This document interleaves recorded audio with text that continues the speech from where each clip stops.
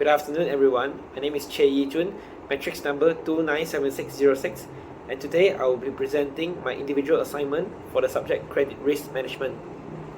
The title of my study is the impact of bank-specific factors and macroeconomic factors on the credit risk of Maybank from the year 2014 to 2023. This research examines both internal and external determinants of credit risk using Maybank as the case study. Malaysia banking industry is a key pillar of the national economy, providing vital financial services that support business growth and consumer needs. At the forefront of this industry is Maybank, the largest and most influential bank in the country. Over the years, one of the most pressing challenges faced by banks like Maybank is credit risk, the risk that borrowers may default on their loans.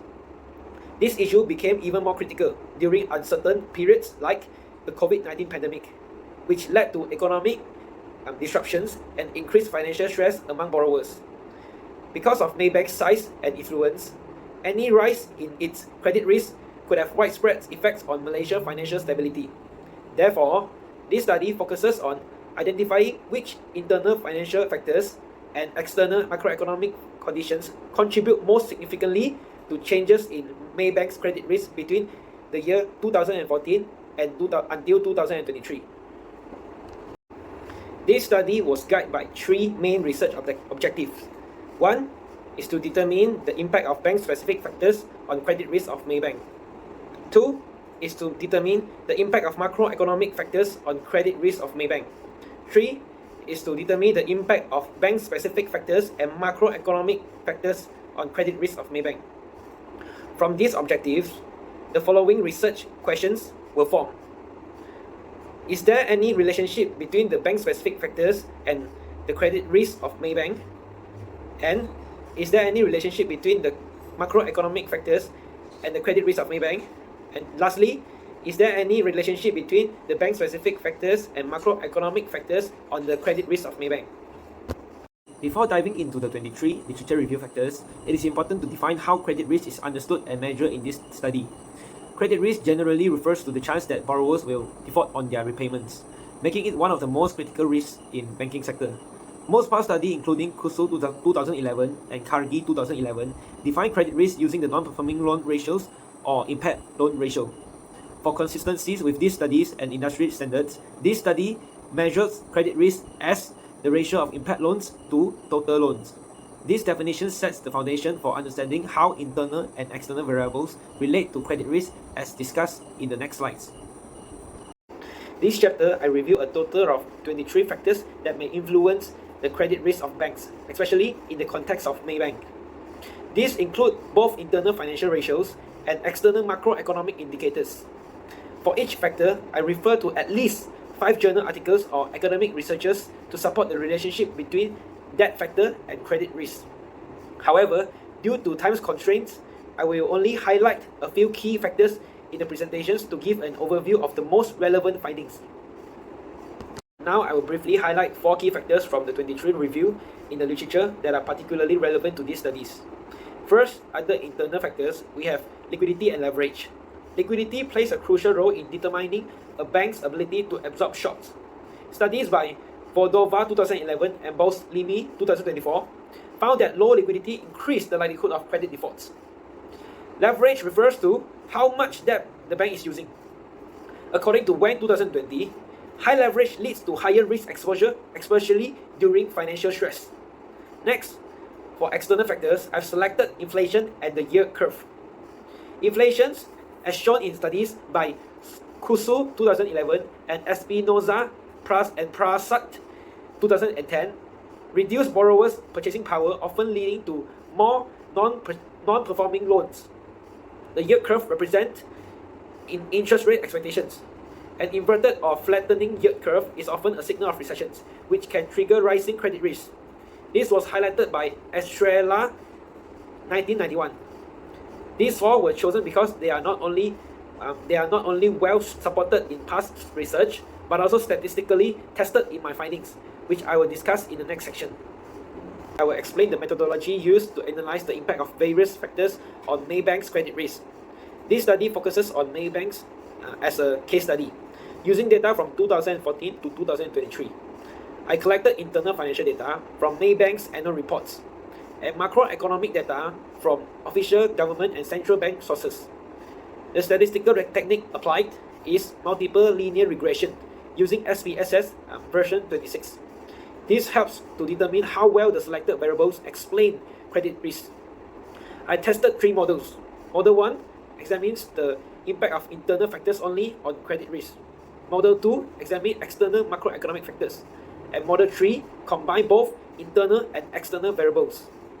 The dependent variables is credit risk, CR, measured using the ratio of non-performing loans to total loans. Independent variables include profitability, liquidity, leverage, inflation, yield curve, and others. A total of 22 independent variables across the 3 models. This methodology sets the foundation for understanding which variables truly impact Maybank's financial credit risk over the last 10 years. Before we go into the model analysis, let's briefly review the descriptive statistic of key variables from Model 3. The dependent variable's credit risk had a mean of 1.13% with a standard deviation of just 0.004, indicating relatively stable risk levels over the 10-year period. Among the internal factors, liquid averaged 1.17 with slight variations across years, while leverage had a mean of 6.20%, showing a relatively low but notable presence of debt in Maybank's capital structure. For external factors, inflation averaged about 1.99% and the yield curve had a mean value of 2.8, with both variables showing moderate fluctuation year to year. On the other hand, M1A, a monetary aggregate, show a much larger spread with a standard deviation of 5.26, indicating high volatility. Overall, these features give us a foundation understanding of how stable or variable the key influencing factors were before we assess their relationship with credit risk in the regressions models. Based on the correlations analysis, 10 out of 21 independent variables were found to have a positive correlations with credit risk, while the remaining 11 variables show a negative correlation. In terms of significance, liquidity and loan loss provisions show the strongest significant positive relationships with credit risk, both with p-values of 0.000, which is less than 0.001. This indicates that liquidity or LLP increases, credit risk also increases. On the other hand, capital adequacy ratios exhibited a very weak and non-significant negative correlations with credit risk, with a p-value of 0.456, suggesting no meaningful relationship between the two in this context. Now, let's look at the result of Model 1, which examined the impact of internal bank-specific factors on Maybank's credit risk. First, from the model summary, we can see that the adjusted R-square value is 0.908, which means that approximately 90.8% of the variation in credit risk can be explained by internal factors alone. This shows a very strong explanatory power. Next, the ANOVA table confirms that the model is statistically significant with a p-value of 0.007. This means that internal factors as a group have a meaningful relationship with credit risk.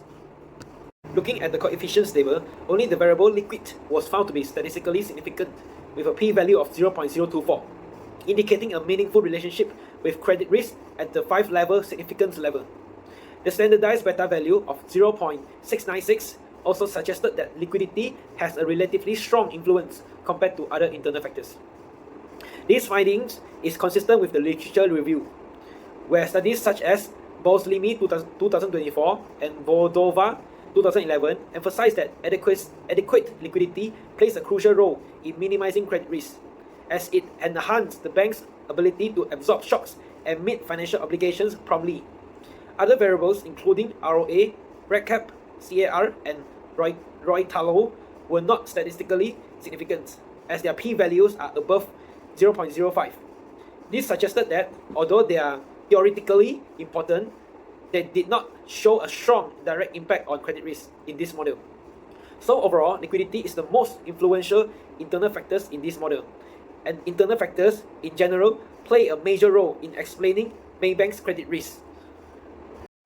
Among all the variables, we can see that liquidity has the most similar movement to credit risk, especially from 2016 onwards. Other variables like ROA, Roy-Tallow, and CAR show flatter or unrelated trends. This aligns with our earlier findings, where only liquidity was statistically significant in Model 1. let's take a closer look at how liquidity and credit risk move together. Both credit risk and liquidity ratio increased in 2014 until 2016. Liquidity was at its highest in 2016, when credit risk was also at its highest during the period, 1.6%.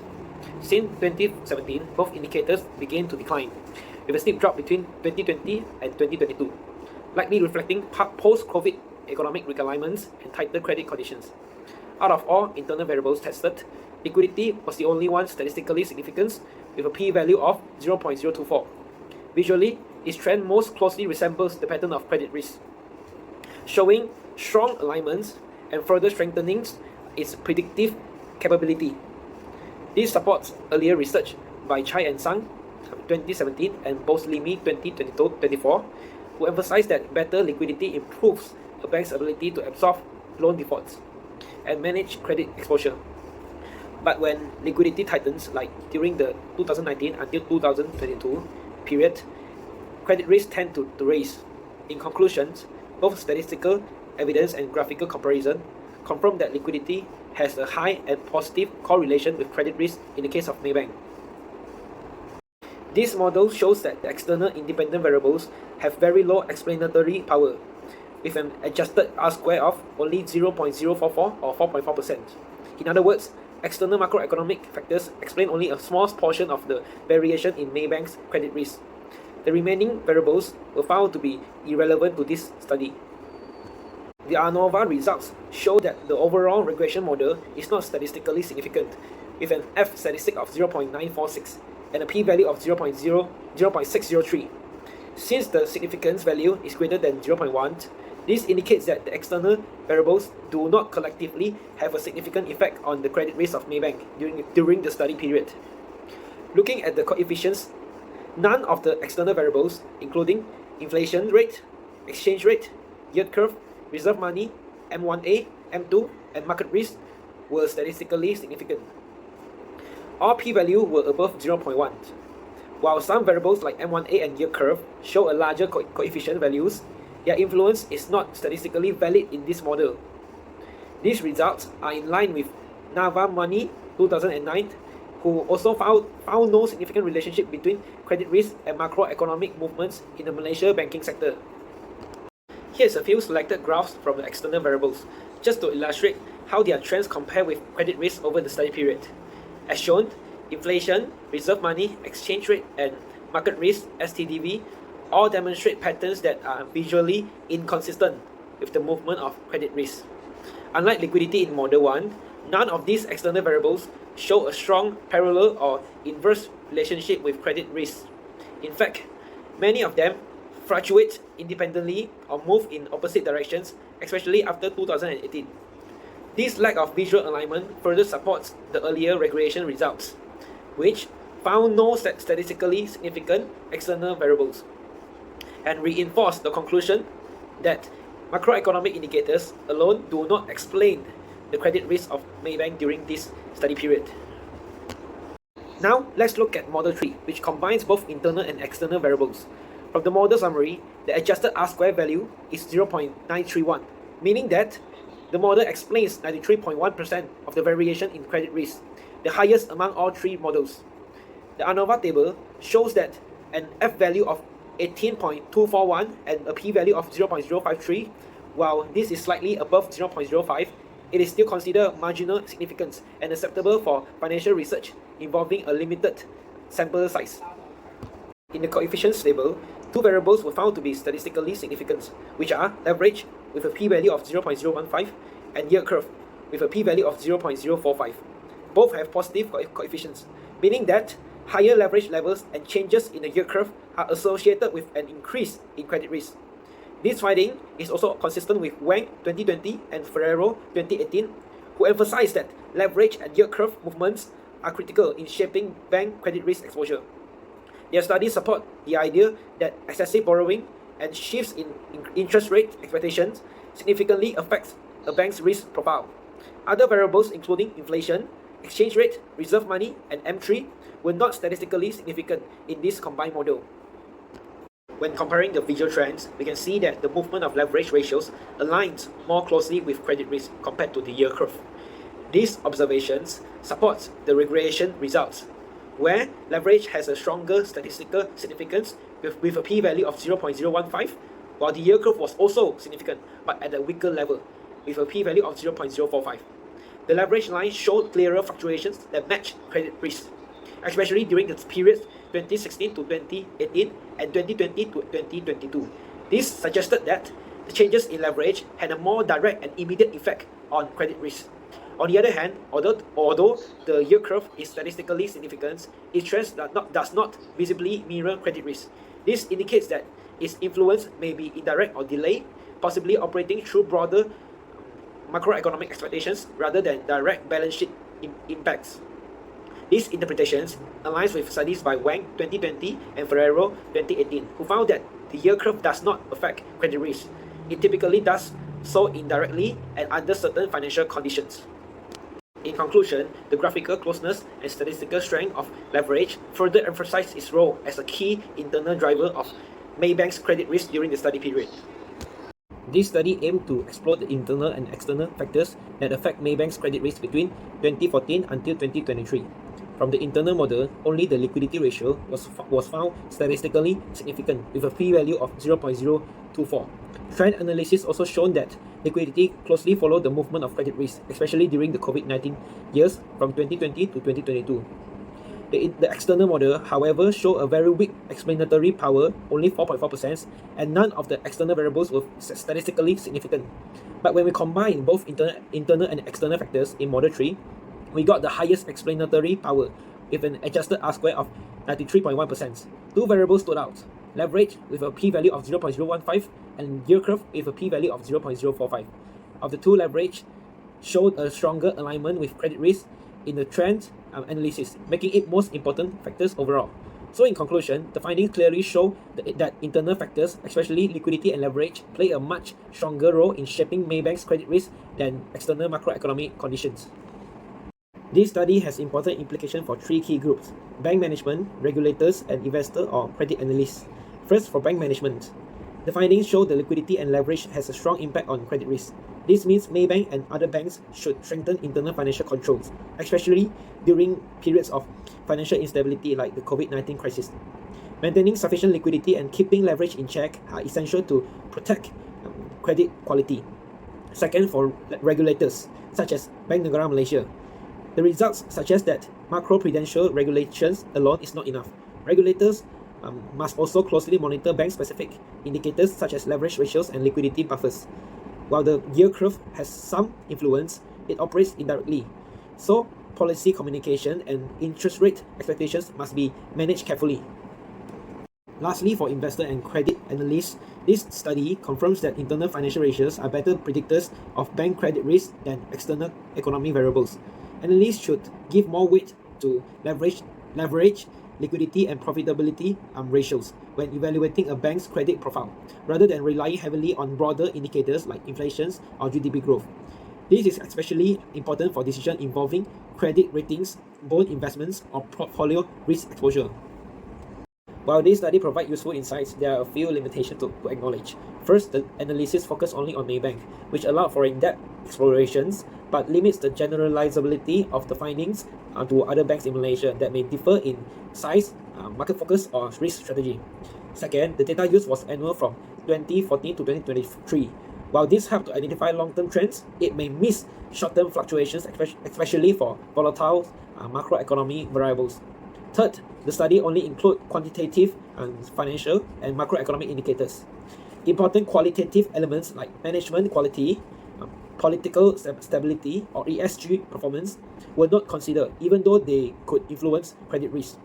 Finally, the study used a linear regression model which assumed direct relationship between variables. But in reality, credit risk might also be affected by non-linear or lag effects, which were not captured here. To improve further studies on credit risk, several steps can be taken. First, researchers can include more banks from different categories, such as Islamic, foreign, or development banks, to improve the comparability of the findings. Second, using quarterly or monthly data would allow researchers to observe short-term fluctuations and better understand lag effects, especially for macroeconomic variables like interest rates or inflation. Third, future future research should consider qualitative factors such as ESG score, management effectiveness, and regulatory changes, which can all influence a bank's credit risk. Lastly, adopting more advanced econometric techniques like vector autoregression, VAR, nonlinear models, or time lag regressions will help to uncover complex interactions and hidden patterns that simply linear models might miss. By broadening the scope and methods, future research can provide a more holistic view of the factors influencing bank credit risk. That's all for me. Thank you so much.